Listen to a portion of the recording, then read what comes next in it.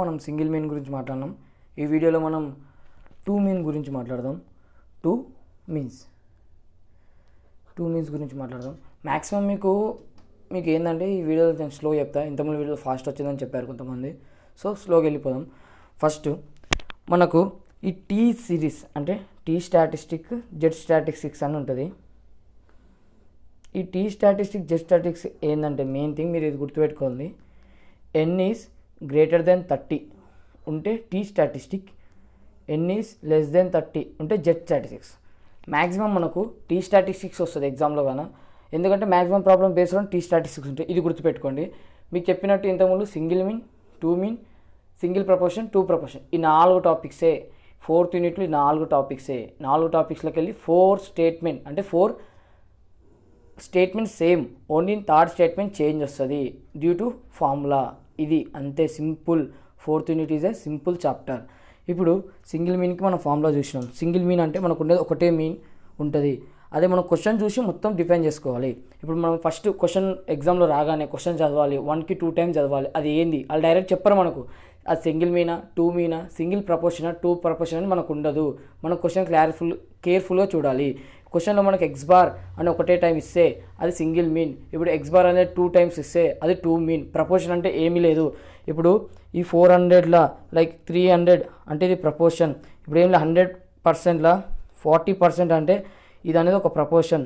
అంటే 100%లో ఒక 40% అనేది ఒక ప్రపోర్షన్ బట్టి చూడాలి. దానిలో సింగిల్ ప్రపోర్షన్ ఇచ్చిందా, టూ ప్రపోర్షన్, క్వశ్చన్ బట్టి మనం ఆన్సర్ చేయాలి. మెయిన్ థింగ్ క్వశ్చన్ని కేర్ఫుల్గా చదవాలి. ఇప్పుడు సింగిల్ మీన్కి మనం ఫార్ములా నేర్చుకుందాం. ఏదుండే x bar minus mu by sigma by √10. ఇది సింగిల్ మీన్ ఫార్ములా. 3rd స్టెప్లో మన ఫార్ములా యూజ్ చేస్తాం. ఎందుకు? క్యాలిక్యులేటెడ్ వాల్యూ కోసం. మీకు ఇంకోటి చెప్తా, టేబులర్ వాల్యూ కోసం మన టేబుల్ చార్ట్స్ని ఏది మనం తీసుకుపోయే చార్ట్స్ ఉన్నాయా, ఒకటి మన ఇంతకుముందు చెప్పుకున్న లెవెల్ ఆఫ్ సిగ్నిఫికెన్స్ అదొకటి, టీ స్టార్ డిగ్రీది ఒకటి ఉంటుంది, అది ఒకటి ఎలో ఉంటుంది. ఏం టెన్షన్ పడకండి. మన కాలేజ్ నుండి ఒక స్టాంపు సిగ్నేచర్ తీసుకొని ఎలా వెళ్ళొచ్చు. మేము కూడా ప్రీవియస్ ఇయర్ మేము తీసుకొని వెళ్ళినాం. సో టెన్షన్ ఏం పడకండి. ఇప్పుడు టూ మీన్స్ గురించి మాట్లాడుతున్నాం కాబట్టి టూ మీన్స్లో ఫార్ములా ఏంటంటే Z equal to x bar minus x2 bar. ఎందుకంటే టూ మీన్స్ వస్తే మైనస్ μ1 మైనస్ μ2, ఇది పాపులేషన్ మీన్, ఇది sample mean by sigma 1 square by n plus sigma 2 square by n2.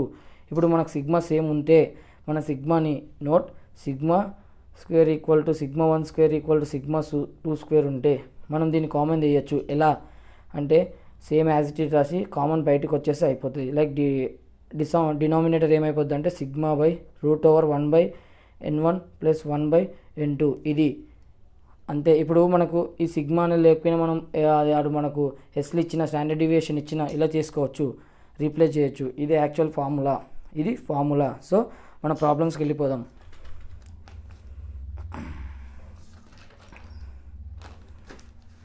So first problem చూడండి.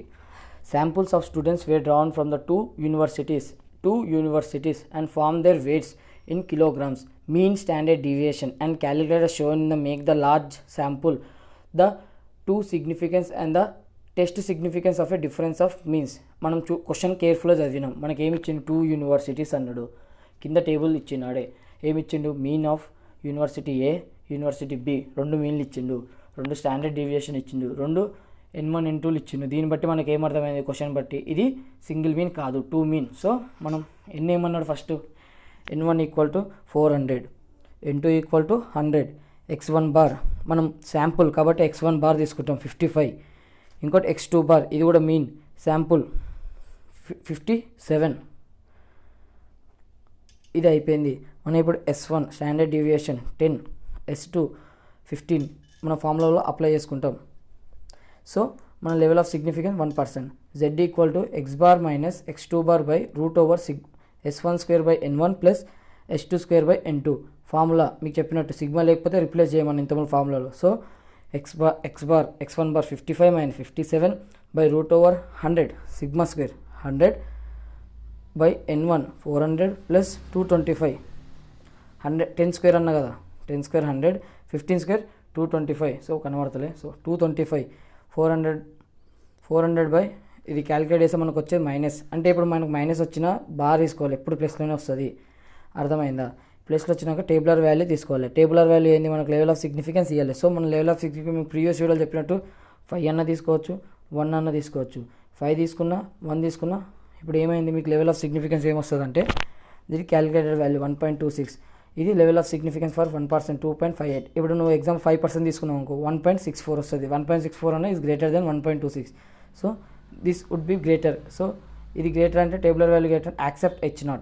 మీకు ముందు previous accept H0 అంటే ఏం లేదు. Here no difference between the means. ఇక్కడ మనకి ఏం అడిగిండు? Make a large sample the significance of difference అన్నాడు. నో డిఫరెన్స్, అంతే, అయిపోయింది దిస్ క్వశ్చన్. చూడగానే 2 మీన్స్ అని అర్థమైంది. సెకండ్ వన్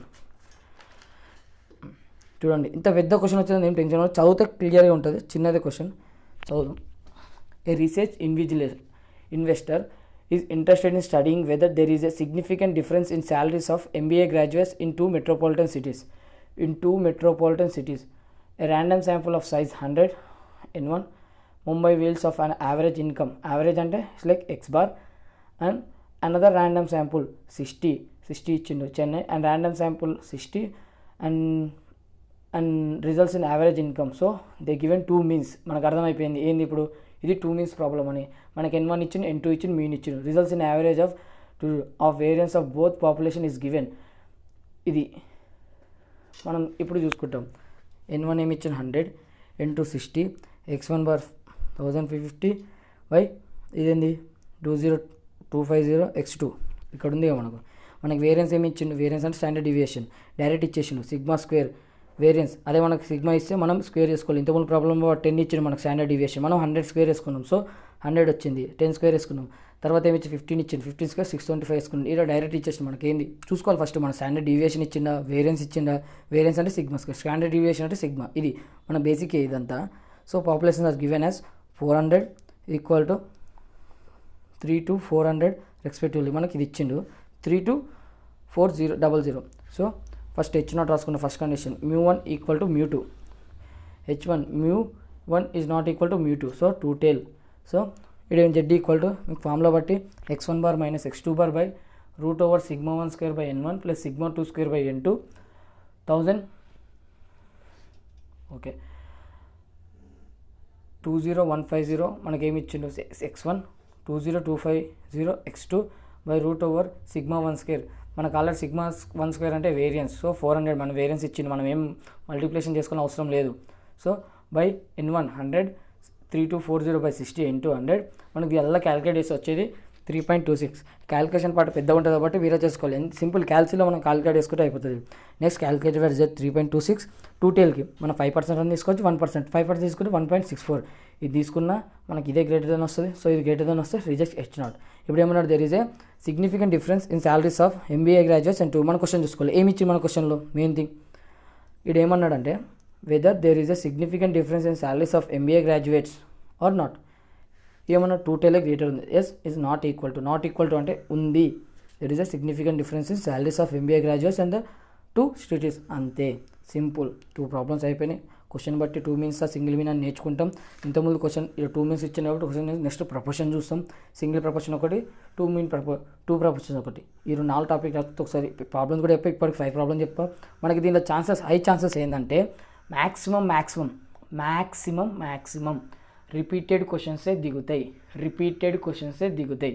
మీకు సింపుల్గా పోయినా సార్ ఒక టెక్స్ట్ బుక్ ఉంది, నేను టెక్స్ట్ బుక్లోకి వెళ్ళి మీకు ఫొటోస్ పెడతాను. నేను రిపీటెడ్ క్వశ్చన్స్ అవే దిగుతాయి. ప్రాక్టీస్ చేసుకోండి, వెళ్ళిపోండి, రష్ చేయండి. మేము 23కి ఎగ్జామ్ ఉంది. సో కొంచెం హార్డ్ వర్క్ చేయాలి. ఇది అయిపోయింది. మనం రేపు ఏం చేస్తాం? సింగిల్ మీన్ 2 మీన్ అయిపోగొట్టేసుకుంటాం. రేపటితో 4th యూనిట్ కంప్లీట్. మనం మ్యాక్సిమం 4 యూనిట్స్ కంప్లీట్ చేస్తాం. 23 వచ్చేలోపు 4 యూనిట్స్ చెప్తున్నాం కదా, 4 యూనిట్స్ కంప్లీట్ చేసేద్దాం, అయిపోగొట్టేద్దాం. 4 యూనిట్ నేర్చుకుందాం. సింపుల్గా ఉంటే ప్రాబ్లమ్స్ ఏం హార్డ్ ఉండవు. క్వశ్చన్లో మనకు అనిపిస్తాయి, కానీ క్వశ్చన్ లార్జ్ ఉంటే ఆన్సర్ కొంచెం ఉంటుంది. ఇంతే, అయిపోయింది. మీకు అర్థమైంది. Okay, thank you guys. మీకు ఏం నాకు సబ్స్క్రైబ్స్ వద్దు, లైక్స్ వద్దు, ఏం వద్దు. మీరు మంచి నేర్చుకోండి, చాలు, అదే చాలు. మనకు ఏంటంటే it's like friendly YouTube channel. మనం నేర్చుకోవడానికి పెడుతున్నాం, అంతే. Thank you guys.